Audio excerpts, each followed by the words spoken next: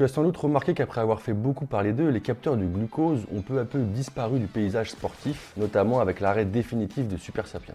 Le problème principal selon moi, c'est que ces marques ont voulu vendre ces appareils comme quelque chose qu'ils ne sont pas, en les positionnant comme, je cite, une jauge de carburant. Une idée séduisante certes, mais très loin de la réalité. Pour commencer, comme tu le sais, tu utilises à l'exercice deux sources d'énergie, les glucides et les lipides. Et ces capteurs ne te donnent aucune indication sur ta flexibilité métabolique, c'est-à-dire ta capacité à utiliser l'un ou l'autre des substrats en fonction de l'intensité. Ensuite, même si l'objectif était d'obtenir une jauge de disponibilité en glucides, ces capteurs ne seraient pas suffisants.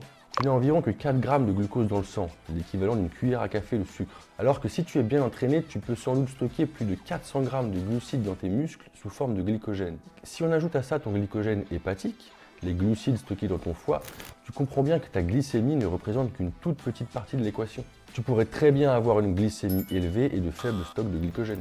Pour finir, ce glucose sanguin est constamment régulé par homéostasie. Mesurer ta concentration à un instant T ne te donne aucun regard sur les flux entrants et sortants.